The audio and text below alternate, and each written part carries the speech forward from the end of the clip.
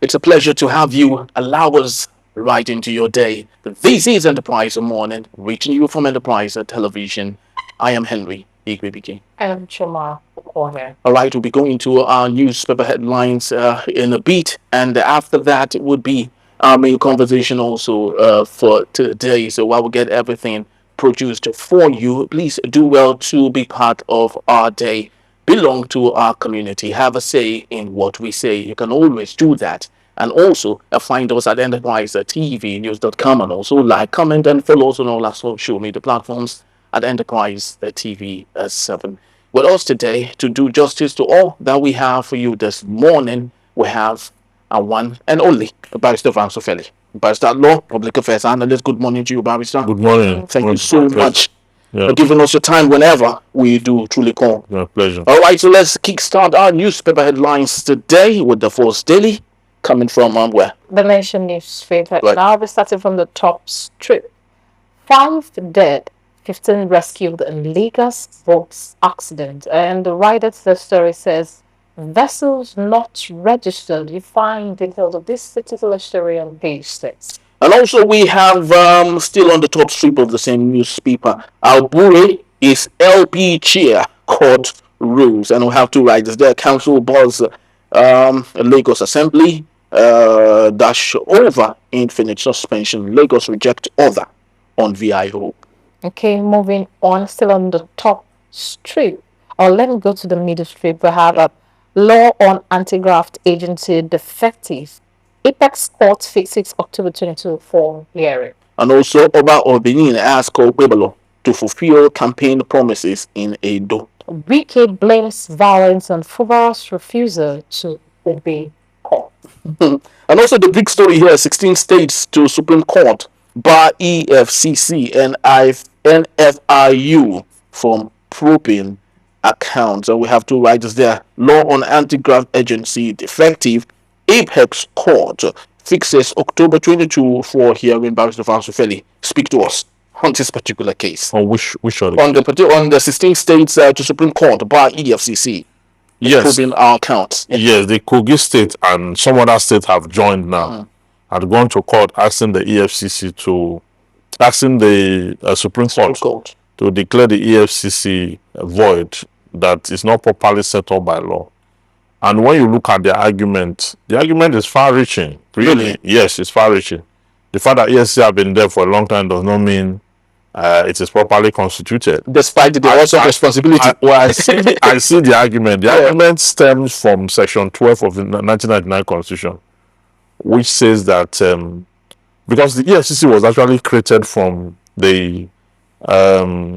this instrument, the United Nations Convention on Corruption, okay, which was domesticated by the 1999 Constitution, but was not properly done. You understand? Because in that Section 12, you need the concurrence of the National Assembly, okay, to have a law domesticated. And if that law is going to lead to the establishment of a commission, you need that both the National Assembly and the State House of Assembly's concurrence in the institution of that. So, if you look at the African Charter on Women and People's Rights, okay, which we quote under fundamental rights, by Section 12 was properly, domesticated, exercising the constitutional power in Section 12 of the. This one, Obasanjo set it up without that National Assembly concurrence. Why do you think at the time? Well, at that time, yeah, for reasons best known to them, I wouldn't know. But democracy was just fledging then anyway. I mean, the return to democracy now was fledging. It was just, 2003. Okay. So the argument is not far-fetched. That argument is a very strong argument. They cited a case. Okay, there's a case cited, Federal Republic of Nigeria versus Joseph. That case is an anchor to the issue under reference. I'm calling for the scrapping of it and saying it's unconstitutional. is a very weighty legal discourse. And precedents have been adduced, or precedents have been put forth to the Supreme Court to determine. You understand? So we're not going to preempt the Supreme Court because the matter is sub judice. But nothing in the law say we should not talk about issues in the news. Okay, Barrister, now, if the Supreme Court rules in favor of the states, what implications will this have in Nigeria's federal structure? And could this decision set precedents for future challenges against federal institutions by state governments? Yeah, it's not just the EFCC, two other federal institutions. What it will mean is that whatever decision if the Supreme Court rules against it, it means that they need to go and do a proper domestication through the National Assembly. How long would that take?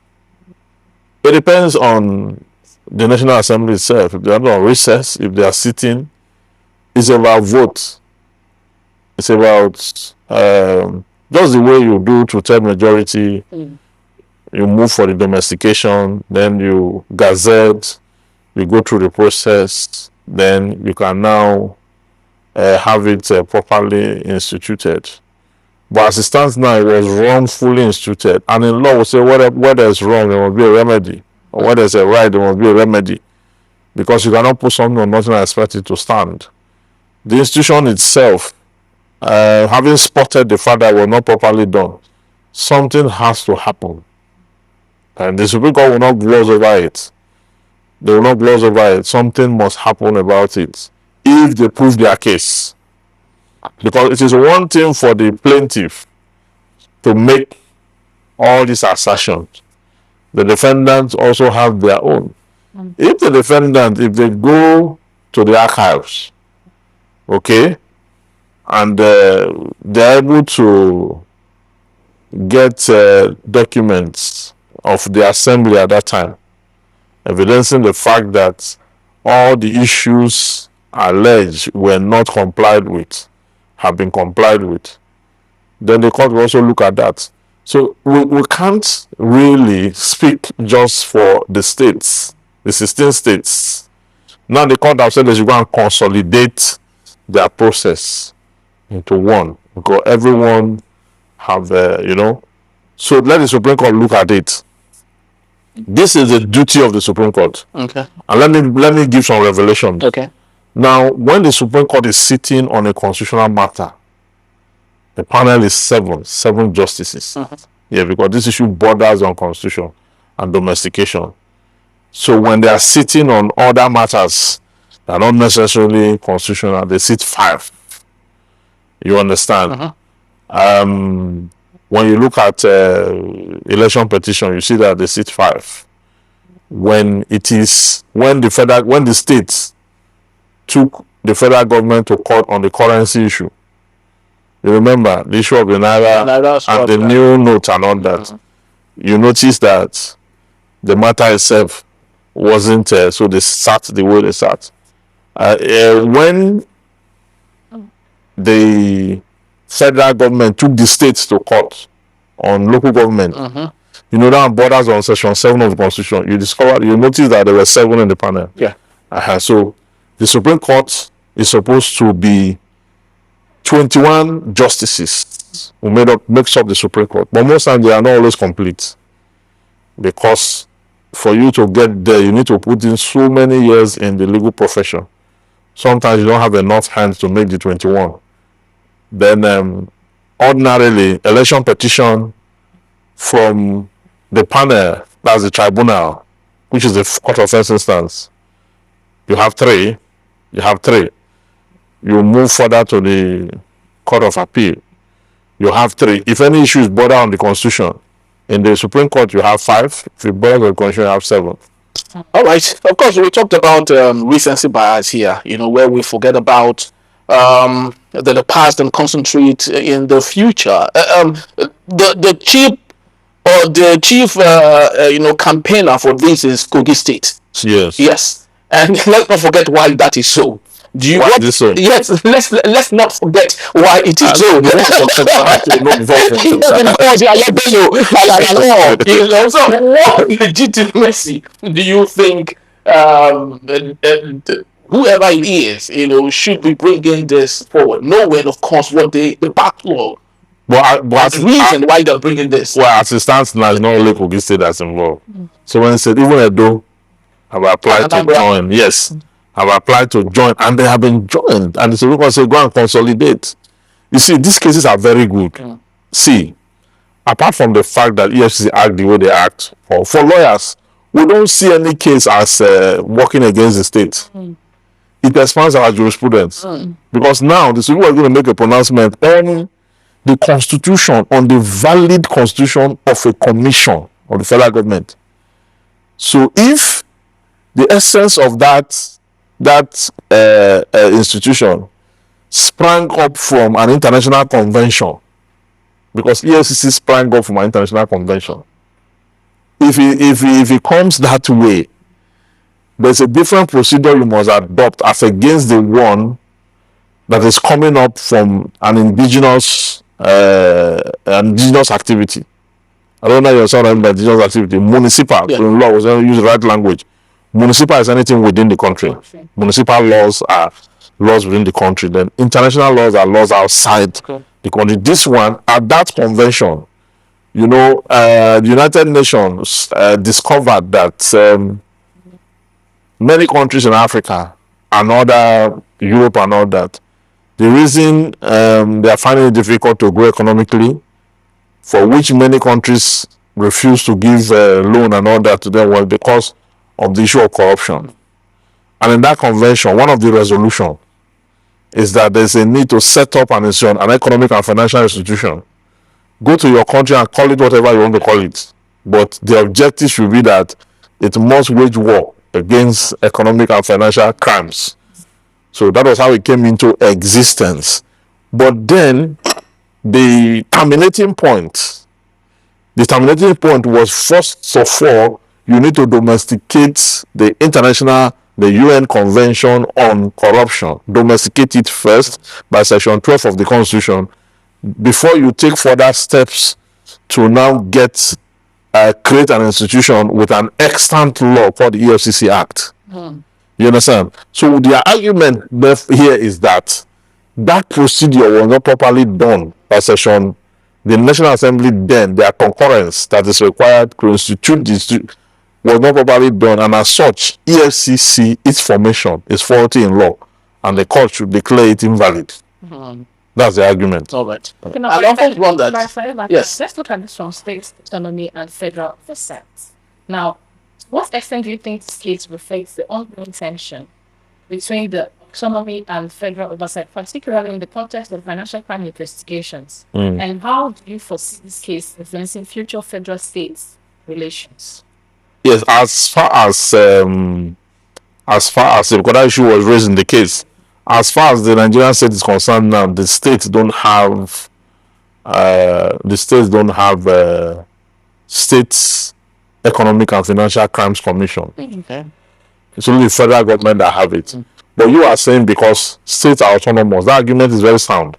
States are autonomous. Why should a federal institution, having given state that derivation, you have divested yourself of authority over that fund?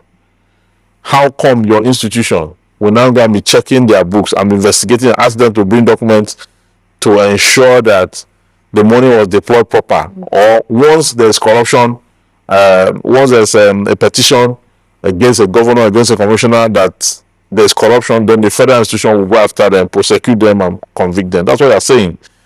It is because we have a lopsided federal structure. You understand? In the United States, for example, you see that they have their own state police, federal police, and county police.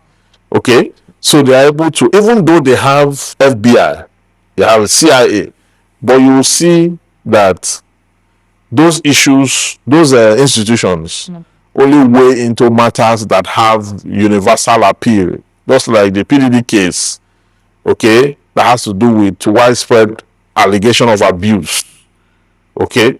But so many issues are actually dealt with by smaller security agency and forces. So in our own case, you see, we have failed to take federalism in its entirety.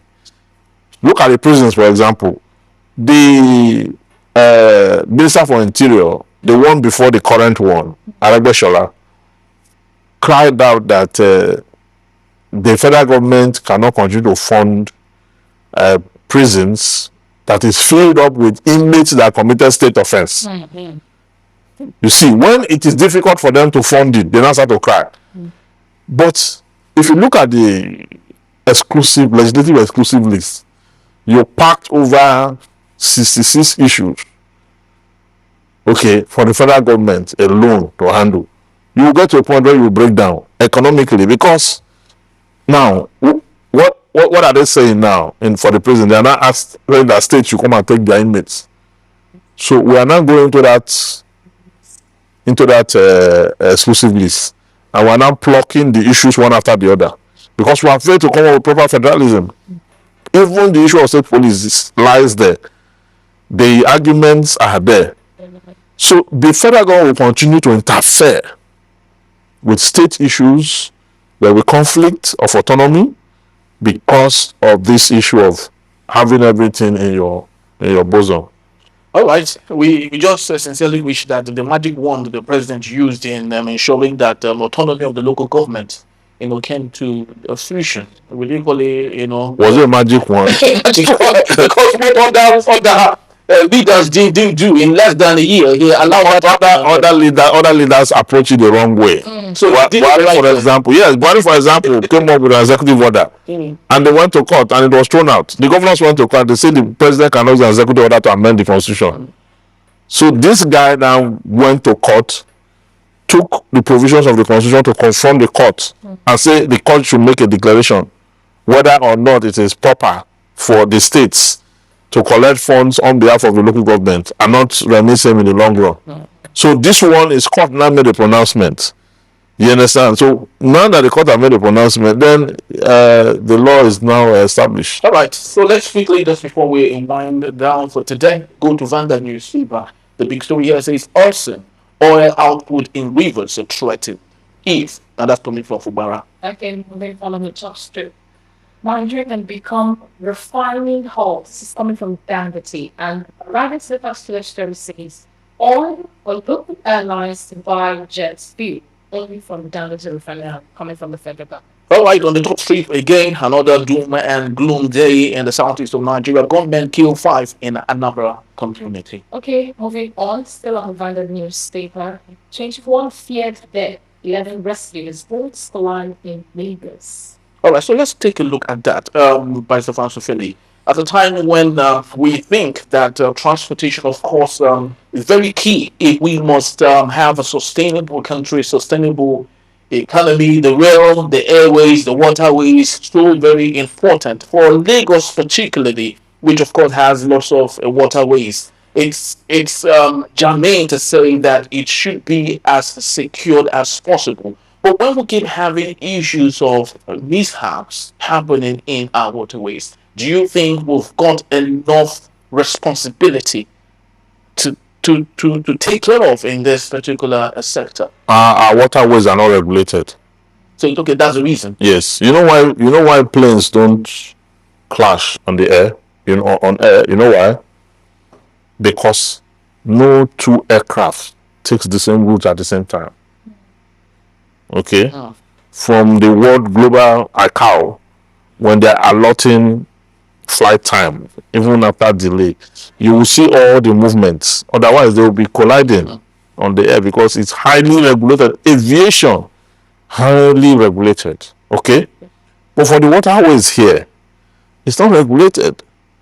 If you see the way these guys with the speedboat, the way they go about it, you will notice that they are not even using the compass. Okay. Otherwise, you are supposed to have an authority, a marine authority, just like you have an airport authority, that will regulate the waterways. So you know that two boats are not on the same route at the same time, because you have enough space. So here there's no regulation whatsoever. They just stand and look. to check whether anyone is. So, and sometimes it will be very late before. So it's our waterways, our sea. We are not doing anything about its management. The Navy that is supposed to oversee that issue, they are not doing what they ought to do. I mean, the Air Force, you could see their workings. I mean, we have one of the safest airspace in the world. When was the last time a plane crashed in Nigeria? So, we a very safe airspace. We can replicate that on our waterways if we are serious. We are not serious, and we just believe that the means of transportation is road and air. But that is just part of it. This water, the Lagos state government, you see, that's why every time they say Center of Excellency, I really don't agree with them. They are not doing any excellence. They are not. If for nothing, you know that the Lagos state, almost like 40% of the uh, land in Lagos state is water. Okay? What does that tell you? It speaks of concentration on that space. It's not enough to just be building bus stop, bus stop, bus stop. It's not only on land that people travel on. People travel on water, and that helps to also decongest the road. So, what if it's not regulated? People just bring in boats. Sometimes boats that have been used in Gabon for maybe like 25 years. When the thing is bad, they'll now sell it. You just, and you will bring it into our this without anybody harassing you. Nothing is checked here. So because nobody is checking anything, those boats, how safe are they to even ply on our waterways? Some of them are rust, some of them are dirty, some of them even pollute the water. Some of them are coming from places where they have thrown them away already. Some persons go there and carry them and come here and dump on our waters. And those boats are leaking oil into the water. They are creating problem for us. And nobody's regulating the waterway. So we are going to be having this hap until our waterways is regulated. Yeah. Unfortunately, when other countries around the world are using that as source of tourism, because of course the fate that tourists have for such means of transportation, unfortunately, in our country, we're still learning.